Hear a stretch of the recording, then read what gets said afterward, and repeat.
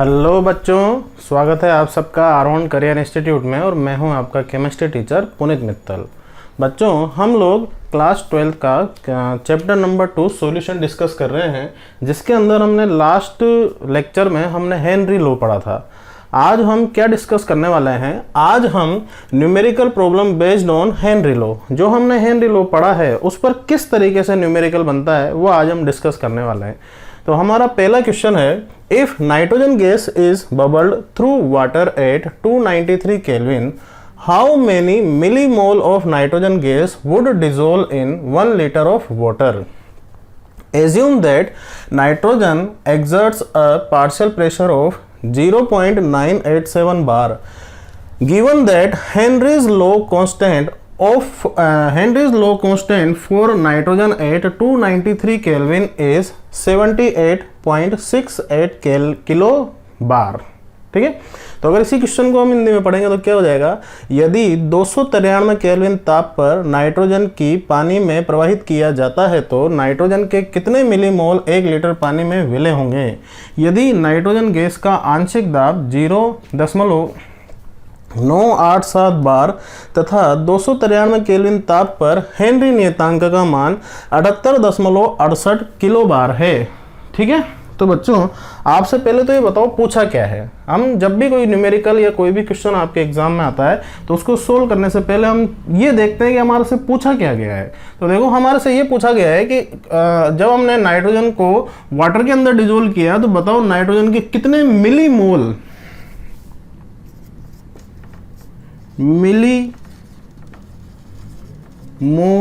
Of nitrogen. तो क्या पूछा है आपसे? नाइट्रोजन के मिलीमोल।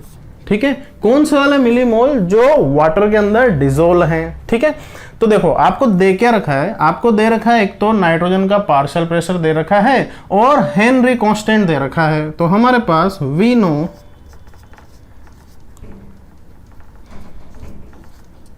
कि भाई हेनरी लॉ का फॉर्मूला क्या होता है? P nitrogen is equal to K H X nitrogen, ये होता है। तो के एच क्या होता है? Henry constant. एक्स नाइट्रोजन का मतलब क्या हो गया? मोल फ्रैक्शन ऑफ नाइट्रोजन। और पी नाइट्रोजन का मतलब क्या हो गया? Partial pressure of nitrogen. अब आपको क्या क्या दे रखा है? आपको दे रखा है partial pressure of nitrogen. Partial pressure of nitrogen को कितना दे रखा है? ये। और हेनरी कांस्टेंट की वैल्यू कितनी दे रखी है? ये। तो हम लोग वैल्यू पुट करेंगे और यहां से सबसे पहले क्या निकालेंगे? मोल फ्रैक्शन ऑफ नाइट्रोजन। तो वैल्यू पुट करें। जब भी आप वैल्यू पुट करो तो हमेशा एक बात का ध्यान रखना कि वैल्यू जब भी पुट करें यूनिट के साथ पुट करें। ठीक है, तो पार्शियल प्रेशर ऑफ नाइट्रोजन की वैल्यू क्या है? 0.987 बार। और हेनरी कांस्टेंट की वैल्यू क्या दे रखी है? 78.68 किलो बार एक्स नाइट्रोजन। ठीक है, तो यहां पर तो वैल्यू है बार में और यहां पर वैल्यू है किसमें? किलो बार में। तो दोनों तरफ की यूनिट बराबर होनी चाहिए। तो इस किलो को हटाने के लिए हम किससे मल्टीप्लाई कर देते हैं? 10⁻³ से। तो यहां से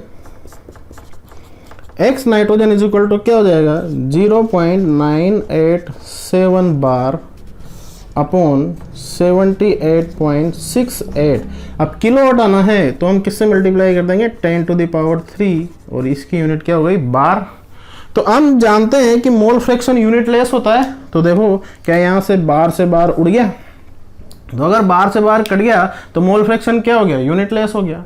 ठीक है, अब वीडियो को पॉज करो और ये जो आपके पास वैल्यूज आई है इसको सोल्व करो पॉज करके सोल्व करो। तो कर लिया होगा। तो जब आपने वैल्यू सोल्व करी होगी तो इसकी वैल्यू आई होगी 1.29 इंटू 10⁻⁻5 आ गई। तो ये क्या आ गया? ये आ गया मोल फ्रैक्शन ऑफ नाइट्रोजन। ठीक है, अब ये चेक करो कि अभी हमारा आंसर आया क्या? अभी हमारा आंसर नहीं आया। अब ये चेक करो कि ये जो नाइट्रोजन है ये किस में डिसॉल्व है? ये वाटर के अंदर डिसॉल्व है, यानी कि पानी के अंदर डिसॉल्व है। तो मोल फ्रैक्शन ऑफ नाइट्रोजन वो क्या हो जाएगा? Mole of nitrogen upon total mole. तो टोटल मोल का मतलब mole of nitrogen plus mole of water. ठीक है, अब आपको यहाँ पर नाइट्रोजन के मोल नहीं दे रखे, आपसे ये नाइट्रोजन के मोल पूछे हैं। आपको क्या दे रखा है? 1 लीटर वाटर, ठीक है। तो 1 लीटर वाटर दे रखा है। तो बच्चों एक चीज आपको ध्यान में रखनी है कि अगर वाटर की वैल्यू 1 लीटर दे रखी है, यानी कि वाटर का वॉल्यूम अगर 1 लीटर आपको दे रखा है, तो इस 1 लीटर वाटर में वाटर के कितने मोल होते हैं, तो ये आप लोग रट लो या आप याद कर लो, या मैं अभी आपको निकालना भी सिखा दूंगा कि भाई 1 लीटर वाटर का मतलब हो गया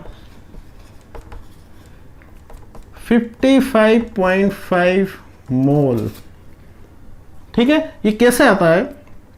आप लोग जानते हो मोल इज इक्वल टू होता है वेट इन ग्राम अपॉन मोलिकुलर वेट। तो चूंकि 1 लीटर वाटर ये लगभग बराबर होता है कितने के? 1000 ग्राम के, और मोलिकुलर वेट ऑफ वाटर वो कितना होता है? 18 ग्राम पर मोल। तो वैल्यू पुट करो तो जो मोल आ जाएंगे वाटर के वो क्या आ जाएंगे? 1000 अपॉन 18, ये आता है 55.5। वैल्यू जब भी पुट करनी है यूनिट के साथ पुट करनी है ग्राम पर मोल। तो ग्राम से ग्राम कट जाएगा, उड़ जाएगा, और मोल अपोन में अपोन होता है तो नीचे वाला अपोन कहाँ चला जाता है? ऊपर। तो ये मोल ऊपर चल जाएगा तो वैल्यू आ जाएगी 55.5 मोल, ठीक है। तो देखो हमारे पास वाटर के मोल कितने आ गए? 55.5 मोल। अब मेरे को एक चीज बताओ, हमने इसके पहले वाले लेक्चर में डिस्कस किया था कि जब भी हम नाइट्रोजन को वाटर के अंदर डिसोल्व करेंगे तो नाइट्रोजन जो है वो वाटर के साथ ना तो हाइड्रोजन बंध बनाए, ना तो हाइड्रोजन बॉन्ड का फॉर्मेशन करेगा, और ना ही किसी तरीके का वांडरवाल कोई अट्रैक्शन फोर्स होगा नाइट्रोजन और वाटर के बीच में। तो अगर नाइट्रोजन और वाटर के बीच में किसी भी तरीके की बॉन्डिंग नहीं होगी, किसी भी तरीके का कोई अट्रैक्शन फोर्स नहीं होगा, तो ये बताओ नाइट्रोजन वाटर के अंदर बहुत ज्यादा क्वांटिटी में डिसोल्व हो पाएगी क्या? अरे हो पाएगी क्या? नहीं हो पाएगी। तो अगर नाइट्रोजन वाटर के अंदर बहुत ज्यादा क्वांटिटी में डिसोल्व नहीं हो पाएगी तो ये बहुत कम क्वांटिटी में ही डिसोल्व होगी।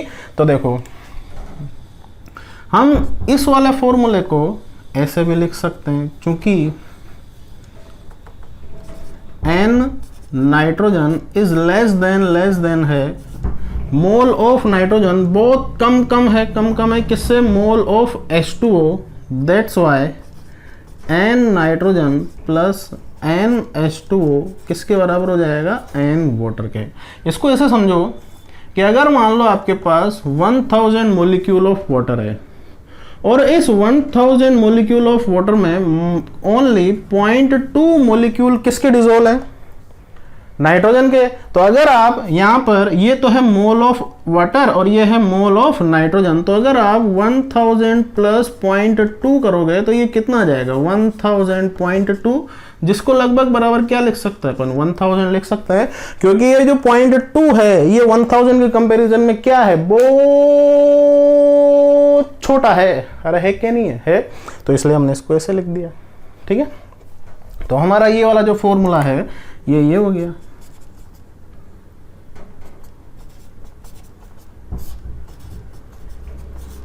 हो गया। तो बस हमारे पास मोल फ्रैक्शन ऑफ नाइट्रोजन वो ये रहा, मोल ऑफ H2O वो ये रहा है।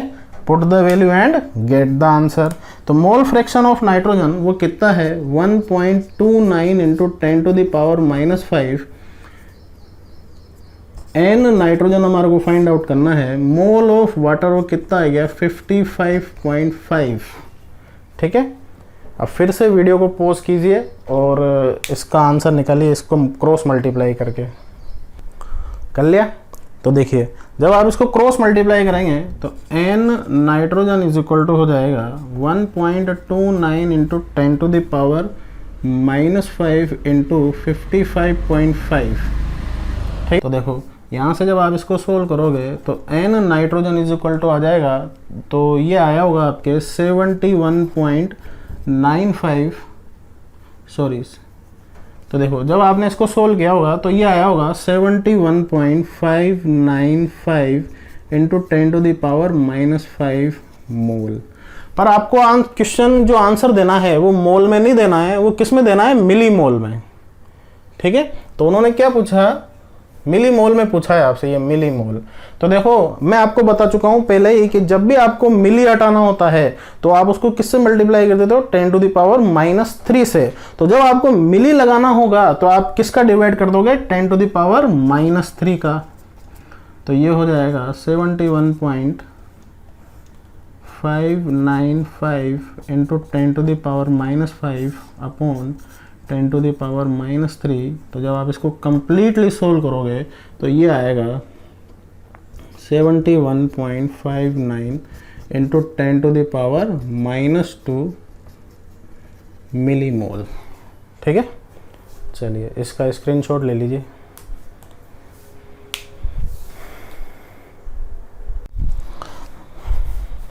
चलिए बच्चों, अब हम बढ़ते हैं हमारे नेक्स्ट क्वेश्चन की ओर।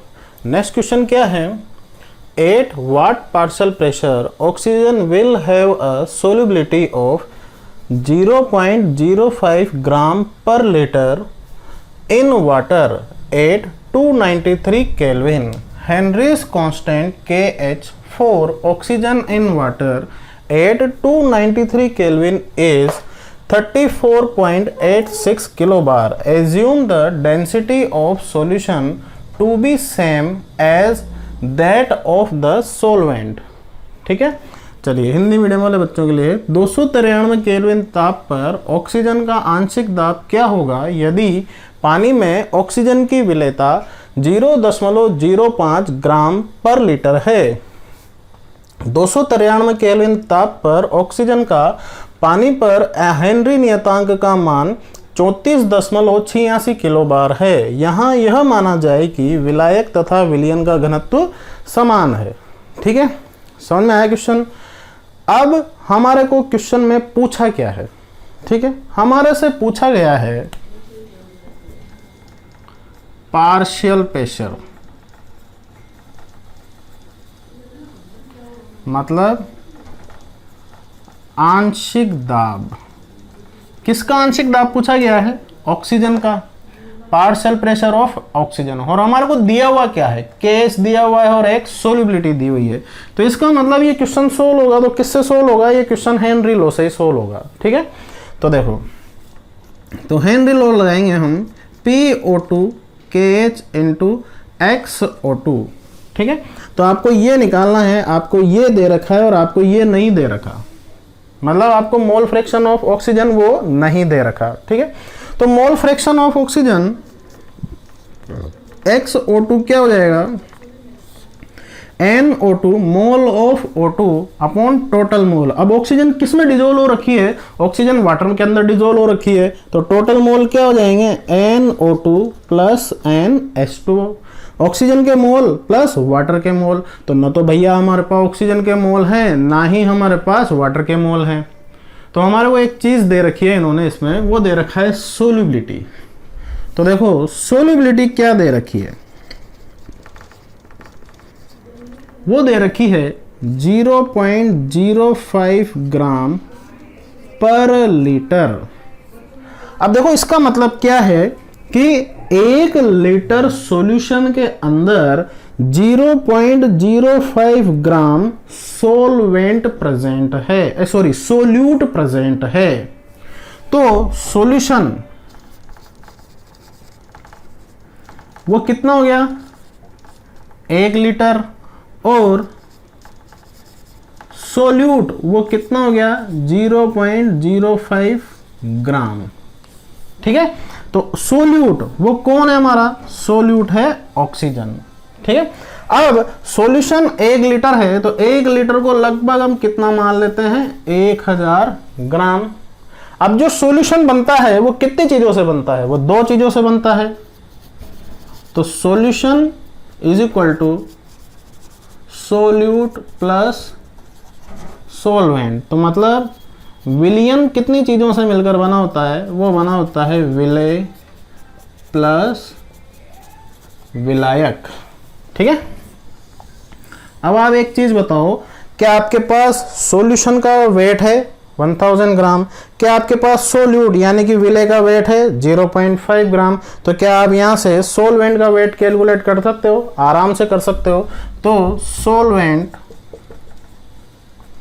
यानी कि विलायक वो क्या हो जाएगा?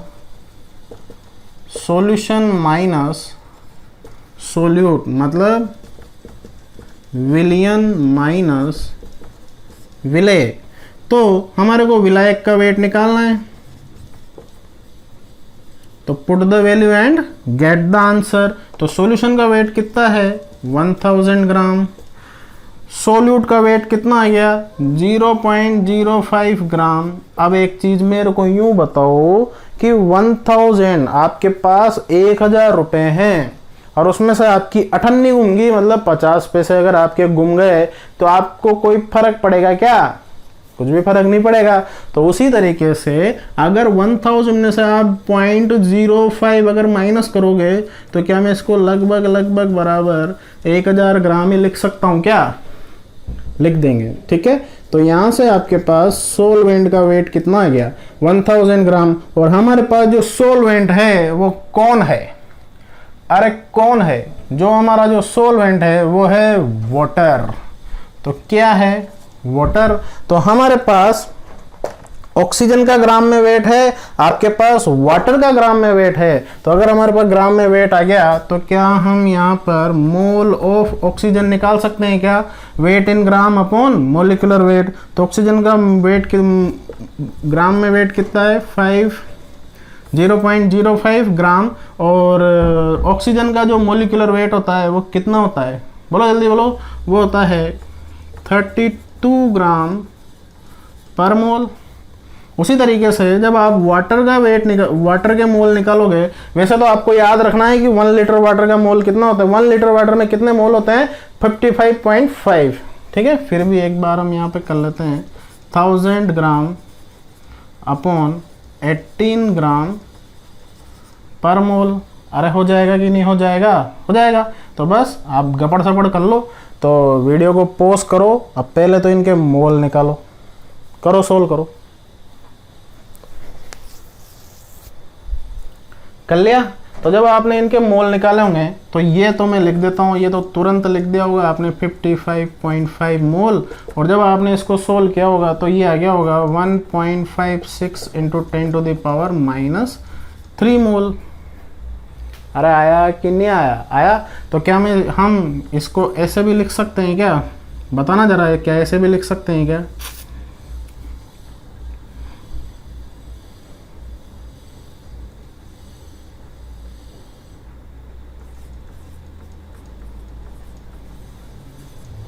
बोलो, कैसे भी लिख सकते हैं क्या? इसको लिख सकते हैं, ठीक है। सिंपल मैथमेटिक्स है, कोई दिक्कत वाली बात नहीं है। बस अब यहाँ से क्या आप मोल फ्रैक्शन ऑफ O2 वो क्या है हमारे पास? NO2 upon NO2 plus NH2O। तो मोल फ्रैक्शन ऑफ O2 वो कितना आ गया हमारे पास? मोल ऑफ O2 वो कितना है? 1.56 इंटू 10⁻³ 1.56 इंटू 10⁻³ प्लस 55.5। अब जरा चेक करो, क्या ये ये जो 0.00156 जो है, क्या ये बहुत ज़्यादा ही छोटा है क्या 55.5 से? हाँ, बहुत ज़्यादा छोटा है। तो चूंकि NH2O is greater than NO2, that's why NH2O plus NO2 ये किसके बराबर लिख देंगे हम? NH2O के। तो यहाँ से XO2 इज इक्वल टू वो क्या हो जाएगा? 1.56 इंटू 10⁻³ अपॉन 55.5, ठीक है। तो वीडियो को एक बार फिर पॉज करो और इसको सोल्व करो। कर लिया? तो देखो क्या आया होगा आपके? XO2 इज इक्वल टू वो आ गया होगा 2.81 इंटू 10⁻⁻5। क्या ये आया? आपके हो सकता है कुछ अलग आ रहा हो, पर मेरे ये आ रहा है, ठीक है। तो बस हमारे पास क्या क्या आ गया? हमारे पास KH है, हेनरी कांस्टेंट, ये रहा, क्या हमारे पास O2 mole fraction of O2 आ गया। Now put the value and get the answer. Hence PO2 is equal to, ये कितना दे रखा है Henry constant 34.86 kilo bar into XO2 कितना आ गया 2.81 इंटू 10⁻⁻⁵। बस सिंपल मैथमेटिक्स है, इसको सोल्व करेंगे तो सोल्व करो फटाफट से। लिया, तो देखो आप लोगों ने क्या किया होगा, आप लोगों ने यहाँ से 34.86 इंटू 10⁻³ बार इंटू 2.81 इंटू 10⁻⁻⁵। तो जब आप इसको पूरा सोल्व करोगे तो ये आ जाएगा 0.98 बार। ठीक है, तो ये आ गया पार्शियल प्रेशर ऑफ ऑक्सीजन। चलिए इसका स्क्रीनशॉट ले लीजिए।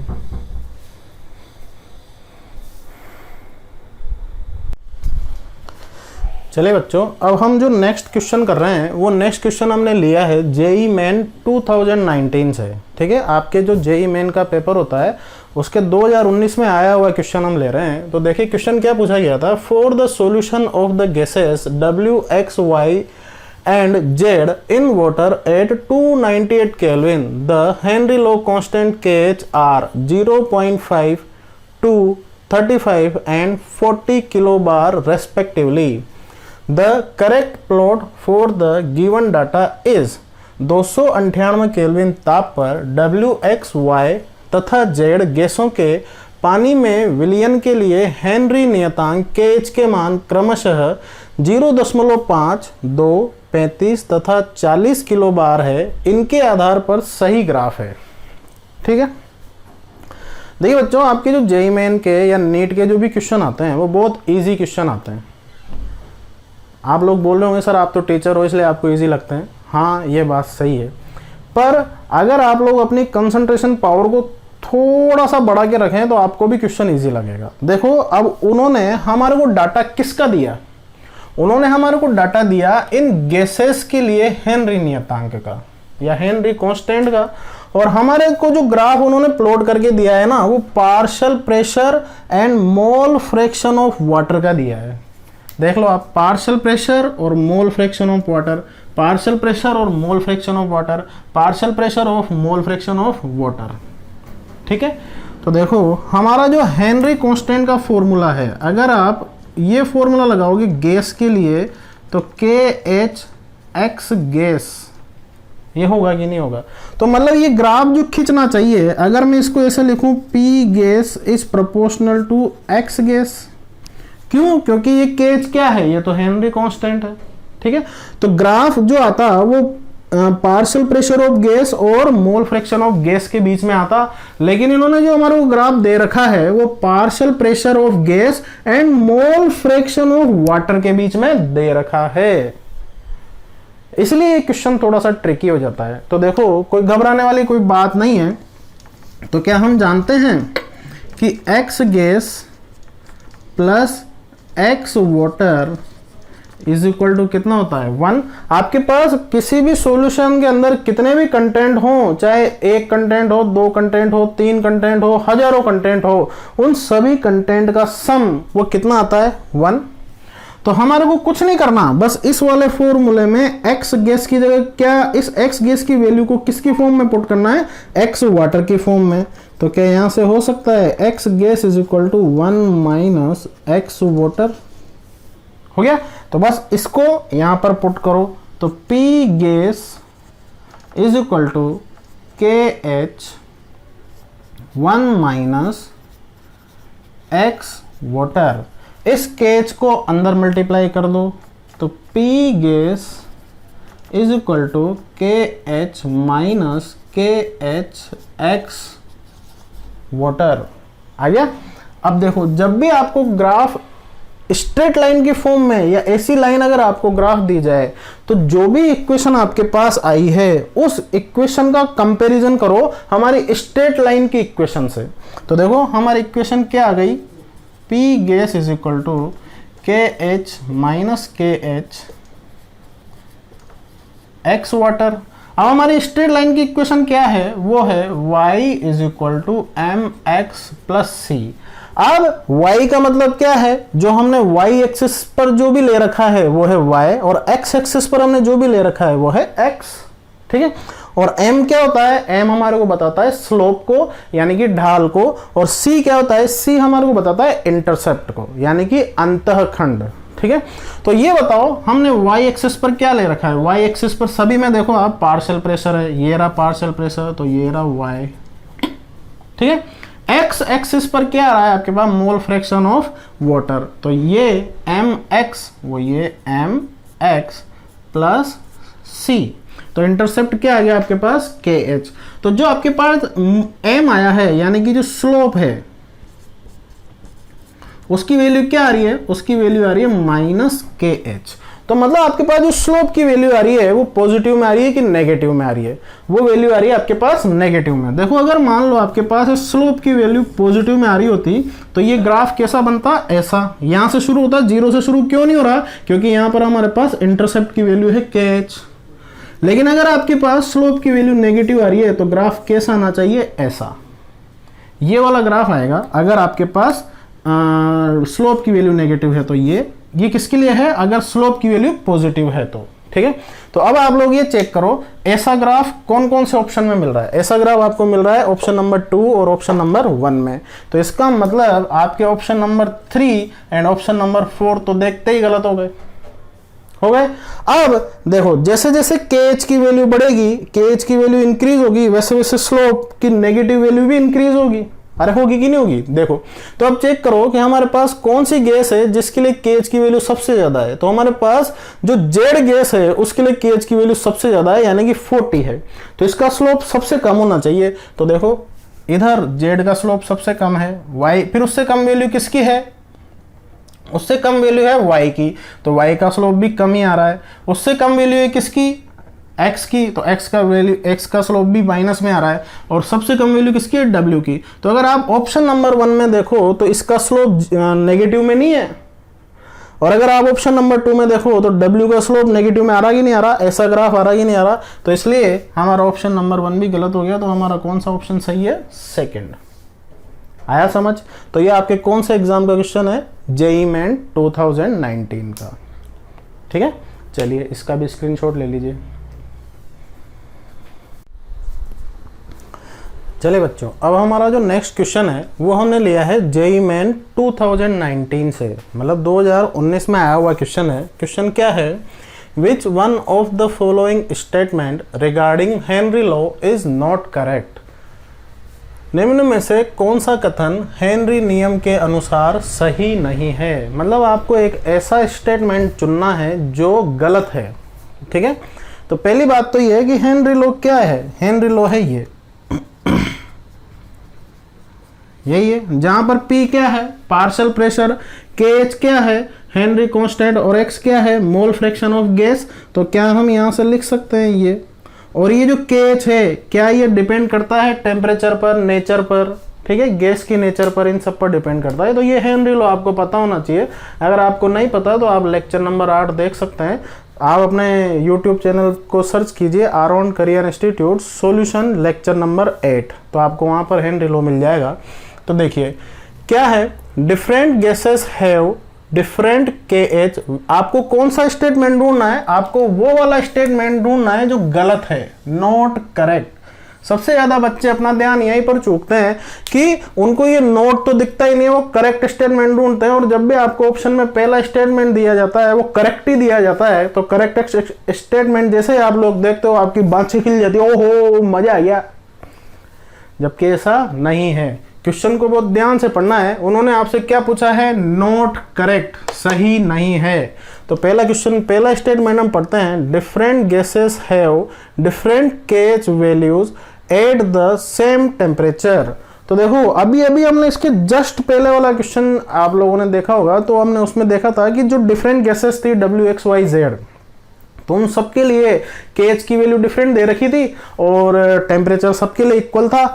तो ऐसा पॉसिबल हो सकता है कि सेम टेम्परेचर पर डिफरेंट गैसेस के लिए केएच की वैल्यू डिफरेंट डिफरेंट हो। तो इसका मतलब ये वाला स्टेटमेंट, पहला स्टेटमेंट, समान ताप पर भिन्न गैसों के लिए केएच का मान भिन्न होता है, हो सकता है, ठीक है।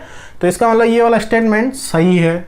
दूसरा स्टेटमेंट वो क्या है, हमारे कौन सा ढूंढना है, सही वाला ढूंढना है कि गलत वाला ढूंढना है, गलत वाला ढूंढना है। सेकेंड स्टेटमेंट क्या कह रहा है, higher the value of KH at a given pressure higher is the solubility of the gas in the liquid. किसी दाब पर केएच का मान अधिक होने पर गैस की विलेयता भी अधिक होगी। चलो इसको भी होल्ड पे रख दो, अभी इसको हम समझेंगे कि आखिर ये क्या बोल रहा है, ठीक है। नेक्स्ट है the value of KH increase with increase of temperature and KH is function of the nature of the gas। ताप बढ़ाने पर KH का मान बढ़ता है तथा KH गैस की प्रकृति का फलन है। सही बात है, ताप बढ़ाने पर KH का मान, टेम्परेचर इंक्रीज करने पर KH का मान भी इंक्रीज हो जाएगा और KH जो है वो गैस की नेचर का फंक्शन है कि नहीं है, मतलब गैस की नेचर पर डिपेंड करेगा कि नहीं करेगा, करेगा। तो इसका मतलब ये वाला स्टेटमेंट भी सही है, थर्ड स्टेटमेंट वो भी सही है। चलो अब फोर्थ स्टेटमेंट चेक करते हैं। The partial pressure of the gas in vapour phase is proportional to the mole fraction of the gas in the solution. वाष्प अवस्था में गैस का आंशिक दाब विलयन में गैस के मोल भिन्न के समानुपाती होता है। ये रहा भाई साहब, ये रहा भैया। तो क्या है, जो पार्शियल प्रेशर है क्या वो मोल फ्रैक्शन के प्रोपोर्शनल होता है कि नहीं होता, होता है। तो इसका मतलब हमारा फोर्थ ऑप्शन भी ये सही ऑप्शन, मतलब आंसर सही नहीं है, मतलब ये स्टेटमेंट सही है। हमारे कौन सा स्टेटमेंट चूज करना है, रॉन्ग वाला। तो बचा कौन सा, सेकंड वाला ही बचा। लेकिन हम इसको चेक करते हैं कि सेकंड वाला स्टेटमेंट गलत क्यों है, ठीक है। तो देखो, अगर आप लोग जानते हो हेनरी लॉ, यानी कि हेनरी लॉ का ये वाला जो फॉर्म है ये किन्होंने बताया था, ये बताया था डाल्टन ने। तो डाल्टन ने क्या बोला था कि जो पार्शियल प्रेशर होता है वो प्रोपोर्शनल होता है किसके, सोल्युबिलिटी के। किसके प्रोपोर्शनल होता है, सोल्युबिलिटी यानी कि विलेयता के। और उन्होंने यहाँ पर जो सोल्युबिलिटी ली थी वो किसकी फॉर्म में ली थी, मोल फ्रैक्शन की फॉर्म में ली थी, ठीक है। तो अगर हम इस वाले क्वेश्चन को, यानी कि इस वाले फॉर्मूले को अगर मैं ऐसे लिखना चाहूँ KH is equal to P/X, यानी कि अगर मैं इसको थ्योरेटिकल फॉर्म में लिखूं तो KH is equal to partial pressure. अब मोल फ्रैक्शन को मैं क्या लिख सकता हूं, सोल्युबिलिटी, ठीक है। तो हेनरी कांस्टेंट प्रोपोर्शनल है पार्शियल प्रेशर के और एंटी प्रोपोर्शनल है सोल्युबिलिटी के। तो अगर हेनरी कांस्टेंट की वैल्यू इंक्रीज होगी तो सोल्युबिलिटी की वैल्यू डिक्रीज होगी। तो हमारा सेकेंड ऑप्शन क्या बोलता है, higher the value of KH at a given pressure higher is the solubility of gas. तो अगर KH की वैल्यू बढ़ेगी तो सोल्युबिलिटी की वैल्यू भी बढ़ेगी इसके अनुसार। हाँ, किसी दाब पर KH का मान अधिक होने पर गैस की विलेयता भी अधिक होगी। तो इस ऑप्शन के अनुसार KH की वैल्यू इंक्रीज तो सोल्युबिलिटी भी इंक्रीज, जबकि ऐसा नहीं होता, KH की वैल्यू इंक्रीज तो सोल्युबिलिटी डिक्रीज। तो हमारा आंसर क्या हो जाएगा, सेकंड, ठीक है। तो इस तरीके से आपके अभी जेईई मेन में ये दो ही क्वेश्चन आए थे, जो दोनों क्वेश्चन मैंने आपको सोल्व करा दिया, ठीक है बच्चों। नीट में यहाँ से अभी तक तो कोई क्वेश्चन आया नहीं है। तो अब नीट की तैयारी करने वाले बच्चे, ऐसा नहीं है कि जेईई मेंस के क्वेश्चन को नहीं देखें। क्यों, क्योंकि नीट और जेईई मेंस जो होते हैं उनके क्वेश्चन अदल बदल होते रहते हैं। नीट के क्वेश्चन जेईई मेन में और जेईई मेंस के क्वेश्चन नीट में आते रहते हैं। तो आप लोग नीट वाले बच्चे भी जेईई मेंस के क्वेश्चन सोल्व करें, ठीक है। थैंक यू, आज के लिए इतना ही, धन्यवाद।